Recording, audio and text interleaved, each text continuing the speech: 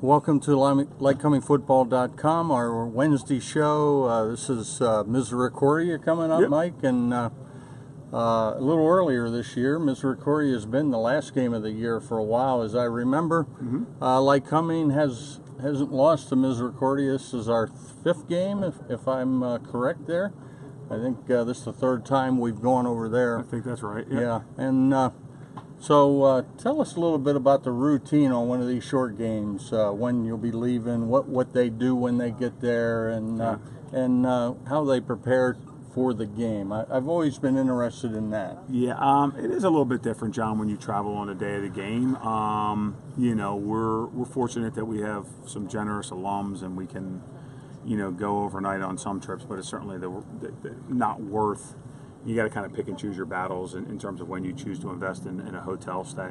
You know, this trip's only right around an hour and a half, so it is our shortest trip outside of if we go to Susquehanna for a non-league game.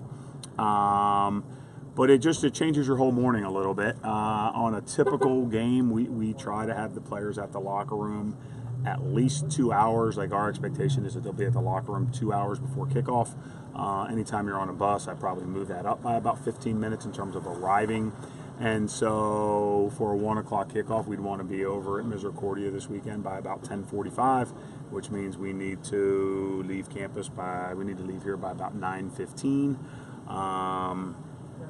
Normally we would prefer to eat breakfast for a game about 4 hours before kickoff. This year we've actually tweaked that a little bit. After talking to some people, we do that in 3.5 hours now.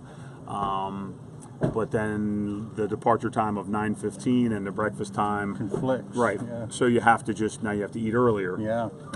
So we'll be in the dining hall, 8:15 Saturday morning, and, you know, bring a snack for the kids a little bit later on. You know, the biggest challenge, I think, is sleep. You know, if we had a 9 o'clock breakfast, you'd want the kids up at 8:15 or 8:30, and you would not want them to go back to sleep. Part of our reason for moving breakfast was, if you're only 3.5 hours before kickoff, we don't think you have digestive issues, but you also lose a half an hour, and it kind of makes them eat and then get on their way to get to the stadium, so they stay on schedule.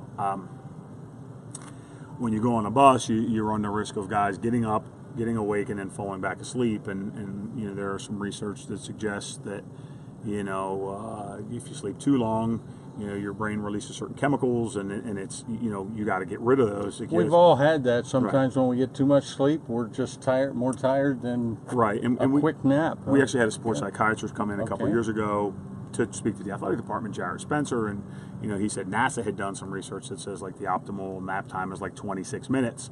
So you hope you don't get right on the bus. We'll wake our guys up out, you know, at least a half an hour away from Misericordia, but you kind of hope they don't fall asleep on the bus, as hard as it is for these guys. Some of them do. Yeah. So it's just all those things complicate the day trips. Yeah. Misericordia is 0-3. As I saw, they played Del Val. They've had sort of a rough schedule starting out. They played some good teams. Yeah. And so they'd love to get a win under their belt. All of us would. Yep. And our chance to get at 500. And I'm sure you talked about the guys. The offense, again, looked good right off the bat, and an untimely fumble and mistakes again kind of hurt the offense. Does that set a tone for the rest of the game, do you think? Too hard to overcome? It shouldn't be, but it doesn't help, John. I mean, mentally. So when you look at it and you go back and look at it, I mean, we shouldn't have even. We should have scored before the fumble. You know, like we should have scored 2 or 3 plays before the fumble, and, you know, we don't get a great block somewhere, which means the ball ends up at the 1 instead of, you know, scoring. You know, had we gotten a better block on one play, the ball probably would have walked into the end zone, but we didn't.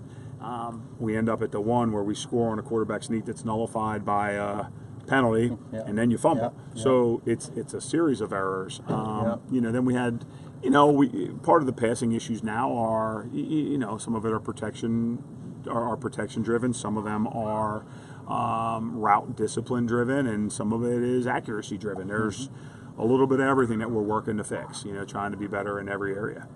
one of the stats that, I'm looking at positives of that game last week, and defense, in my opinion, was a lot of positive stuff came out of that defense.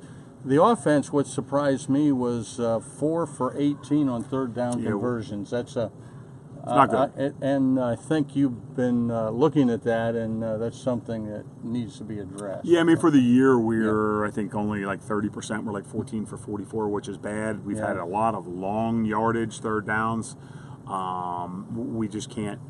You can't put yourself in those situations. Over and over, 18 of them or something like that. That's a lot of crap. No, it is. I mean, so I think if you have 18 third downs, it's not necessarily the end of the world. It's what do you need to make it on third down? And when your average is higher as it was last week, that's certainly not good. Yeah. Right? If you only make 3 or 4 yards on 2 downs, the likelihood that you'll make 7+ yards on 1 down is tough at times. On the defensive side, we had a interception by a freshman. Yep. I don't know if it was his first interception for Lycoming, and it looks like the defense is sort of a younger defense. And what impressed me was the last drive by Albright.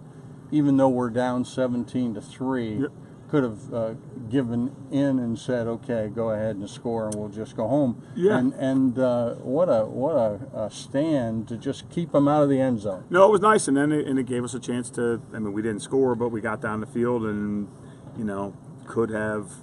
Had we scored, kicked an onside kick. I mean, the defense really hung in there. I thought it was our best game. We did allow some yardage, but at the end of the day, we limited the best team we've played all year, at least what we think is the best team we've played all year. Oh, their wide receivers 17, are great, and their running back, they have they have a well-rounded team. Yep. Yeah. No, they're a good team. I mean, look, their offense, they returned all but one player from a year ago. So that was again, at the end of the day, it's you the take game's about 5 points. minutes out of that game, and it's a 3-3 tie. I forget how fast between those 2 touchdowns in the second quarter. The big plays got us on this. Yeah. And so anyway, there were some positives coming out of there. And so what is the attitude of the players right now? I know they're not happy with one. No, I don't think anybody is, John. But we just, I mean, you don't have any choice. Like, look, we've lost 2 games in a row. We've got to find a way to fix our problems. Be ready for the strengths of our opponents and hopefully exploit some of their weaknesses to get a win and get back on track. It doesn't get any easier. I mean, people can look at Misericordia's record. Our league is tough week in and week out. We've got to find a way to beat them. And that's all that really matters this week because there's still a lot of really good football teams left on our schedule. So we need a win this weekend. Yep, it would be good to sort some things out and continue on in the year. Yep. Yeah. No, and we're optimistic. Look, we're not going to pack it in. Last year was a rough start. Yeah. I mean, look, we're gonna. You just don't know where you can end up, and now it's a challenge, and maybe facing each week instead of looking down the road is the best way. I think can't count your chickens before they're hatched. You know what I mean? Right. I think that there's a lot of examples in life about that, John. And we need to look. What's done is done. We've got to find a way to win this weekend. Yep.